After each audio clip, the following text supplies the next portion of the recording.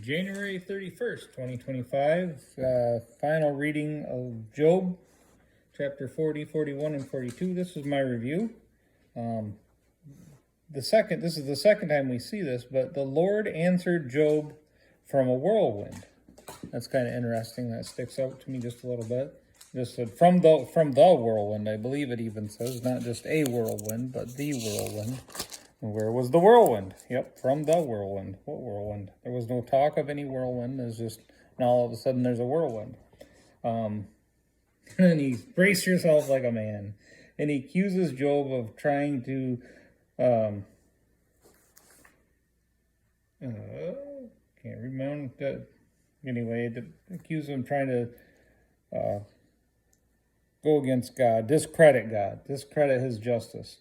But then later he goes on, God refers to Job as someone that did not speak ill of him. When he's accusing Eliphaz and Job's three buddies there, he says they didn't talk accurately about him, but Job did. Where Job, he kind of spoke a little bit haphazardly about the power of God, about, just, oh, woe is me, and God is great, but, where is he? Why is he taking care of me? And God says, wait a minute here. You don't understand my power. You do not understand what I am doing and how I'm doing it or anything. He goes on to explain about the Leviathan and the Behemoth, two great creatures that we don't see anymore, but they would have known about them. They would have known about their splendor, their glory, their strength, their incompatibleness with any kind of man controlling them. And yet he gave us the authority in Genesis to go forth and subdue the earth. But these were some creatures that would not be subdued. They had power and just strength, and that's how powerful God is to be able to create these kind of creatures and these kind of things. Leviathan or Leviathan, whatever, and Behemoth.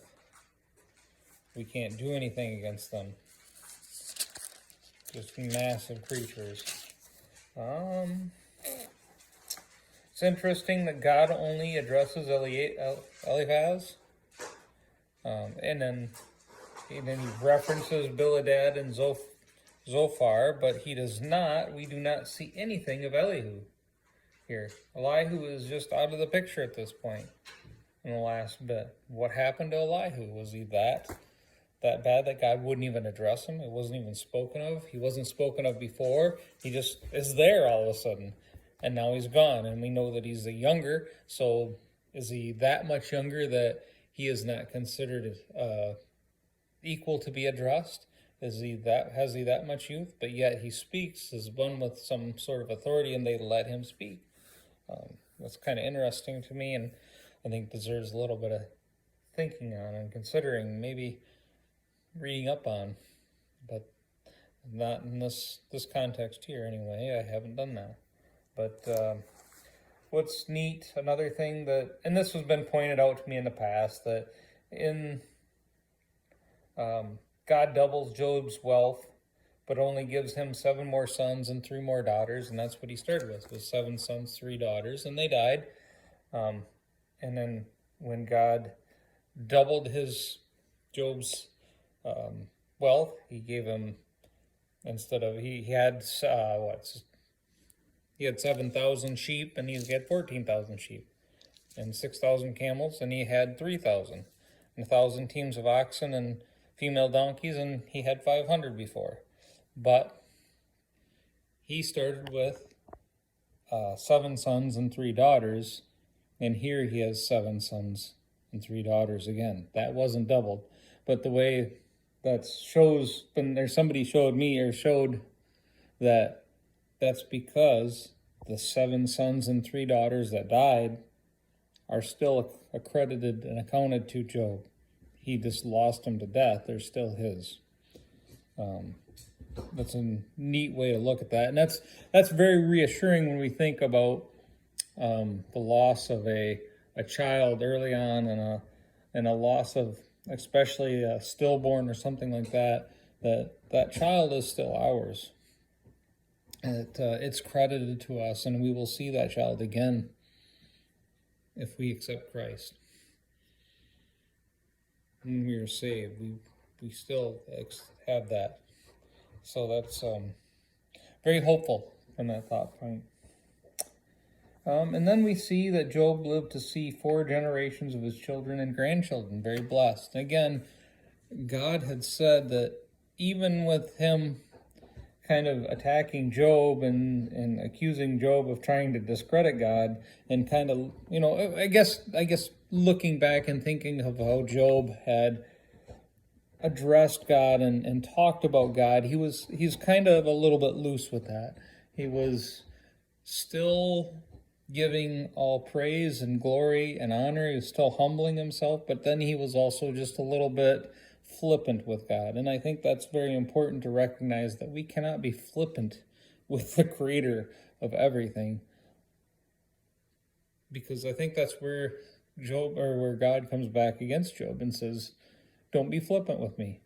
I am all powerful. I've done all these things. I set everything into motion.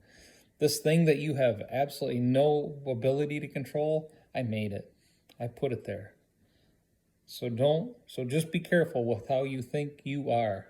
You don't have any power over anything, but I do.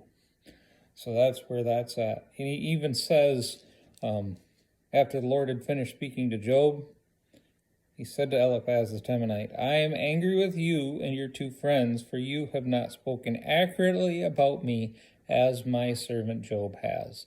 Even in his flippancy, he did not speak inaccurate about God, but his 2 friends had. So we be good to go back and look at what they said. Some of the things were accurate, but some of them were not. And that's something we need to wrestle with and get an understanding on, so that we're not flippant with the power and majesty and might of the God, the Creator. We need to fear the Lord, have a little bit of healthy fear there and respect. Job did have that, but he just got a little flippant with it. But anyway, he did live on to an old age, and he saw 4 generations of his children and grandchildren, and that's a beautiful close to the story of Job. And that's what we have. Tomorrow, we're moving on to Exodus.